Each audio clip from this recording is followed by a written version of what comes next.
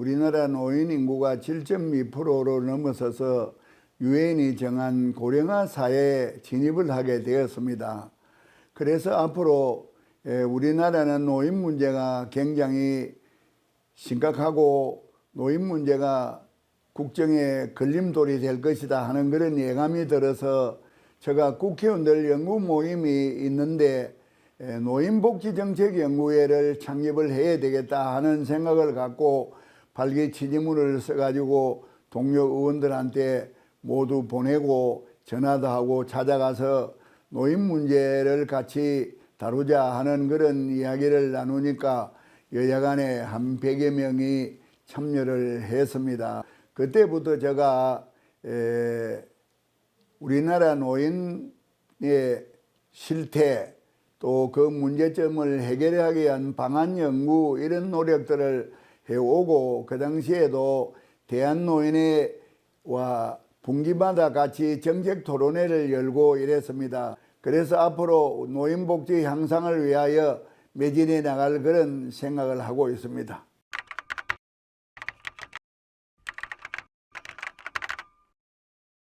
노인복지 향상을 위해서 일을 좀 해보려고 하니까 대한노인회가 현재 사단법인입니다. 사단법인은 입회원서를 써야만이 회원이 됩니다.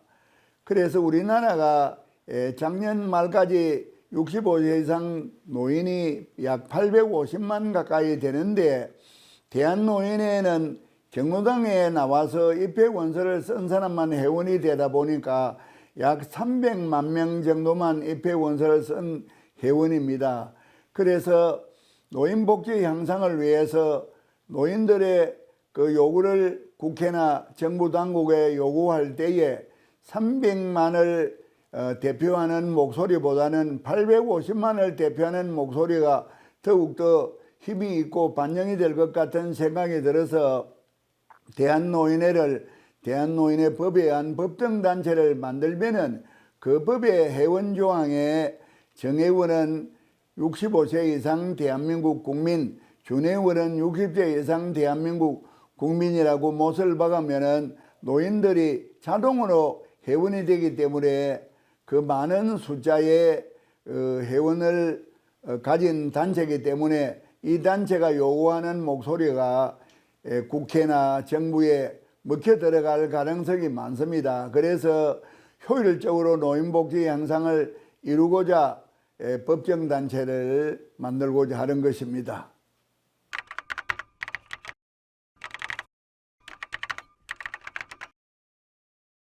우리나라가 관공서나 기업체가 모두 월요일부터 금요일까지 일하고 토요일과 일요일은 일을 하지 않습니다.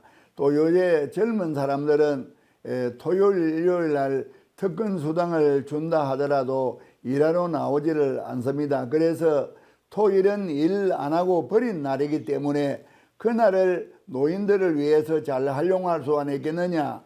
그래서 주민센터라든지 이런 민원부서는 토일에 노인들 중에도 컴퓨터를 잘 다루고 이런 사람을 최저임금 수준의 1등제로 고용을 하면은 시민들이 월요일부터 금요일까지 일이 바빠서 인감증명이라 주민등록등본을 떼지를 못한 사람들이 집에서 쉬는 동안에 가까운 주민센터 가서 서류를 떼면은 시민은 편의가 제공이 되고 노인들은 최저임금 수준의 일당을 벌니까 좋을 것 같아서 토일 사주면은 8회 또 5주가 들은 달에는 10회간 일을 하게 되면 약 60만 원 정도의 소득을 올릴 수 있는 그런 것이 토일 노인 사원제도입니다. 노인들의 조심성, 조금 일의 속도는 느리지만은 조심성이 장점이 되는 그런 종류의 일자리를 개발해서 노인들에게 앞으로 일자리를 많이 제공하고자 연구를 하고 있습니다.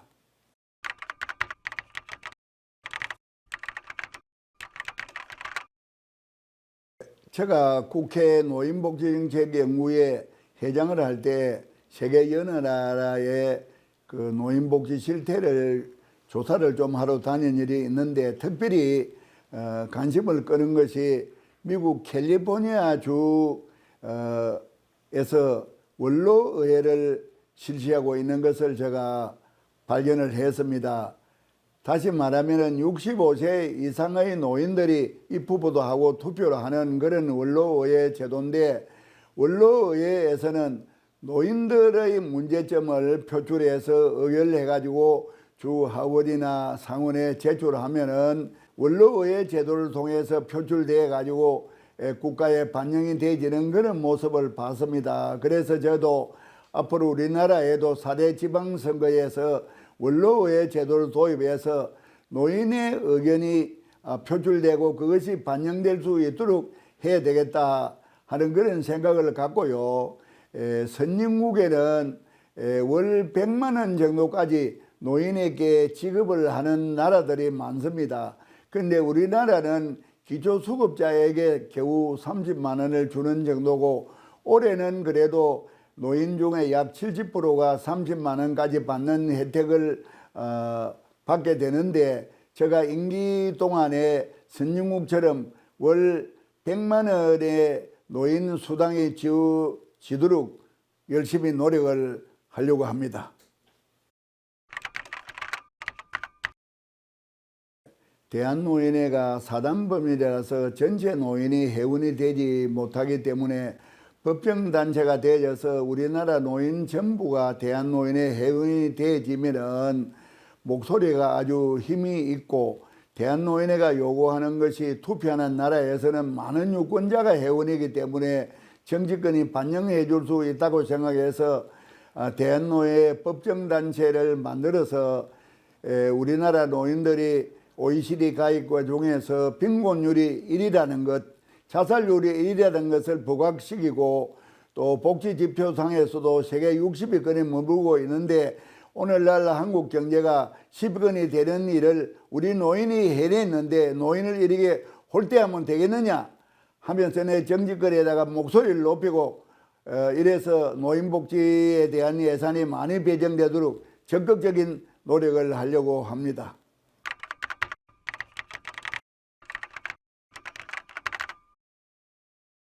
우리나라에 언제부턴가 그 젊은 사람들이 노인들 늙을 노자다 이래서 늙은이들 뒷방으로 좀 물러서라 하는 그런 경향들이 많습니다.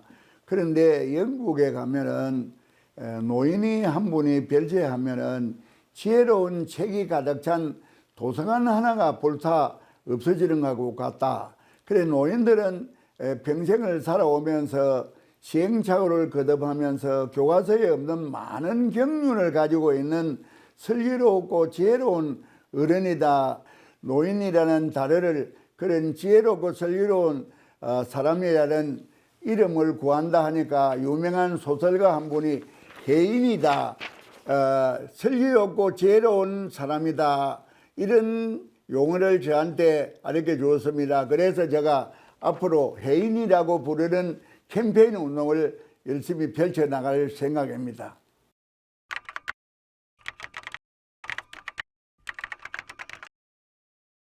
우리 노인들이 그 목소리를 좀 높여야 됩니다. 앞으로 투표를 할 때 우리 노인들이 표를 단합해서 몰표로 움직일 수 있는 그런 단결이 될 때에 국회의원에 입후보 한 사람이나 시장, 군수, 도지사 뭐 이런 모든 입후보 한 사람들이 노인의 목소리에 귀를 기울이게 됩니다.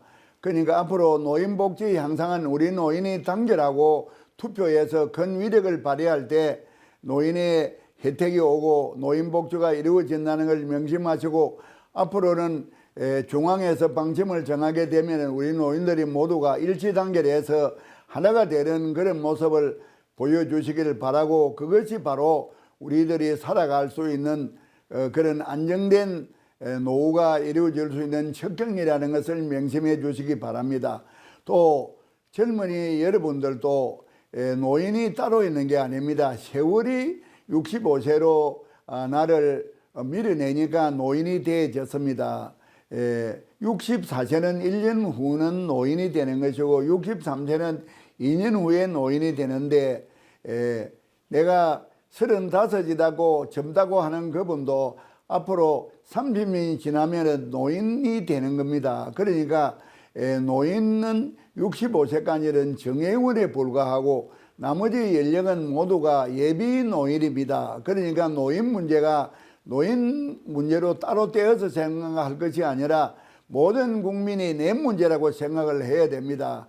그래서 노인 복지가 안정이 되는 그런 나라가 되었다는 것은 내가 나중에 은퇴하고 노인이 되었을 때 안정된 노년을 보낼 수 있는 장치가 됐다 하는 그런 모습으로 갖고 노인 문제를 따로 떼어서 생각하지 말고 우리 노인들도 젊은 세대와 함께하는 그런 1세대와 2세대와 3세대가 함께하는 각종 행사 이런 것들을 펼쳐나가려고 합니다. 그래서 앞으로 노인 문제는 우리 국민 모두가 나의 문제라고 생각하면서 노인 문제에 접근해 주시기를 간절히 바라겠습니다.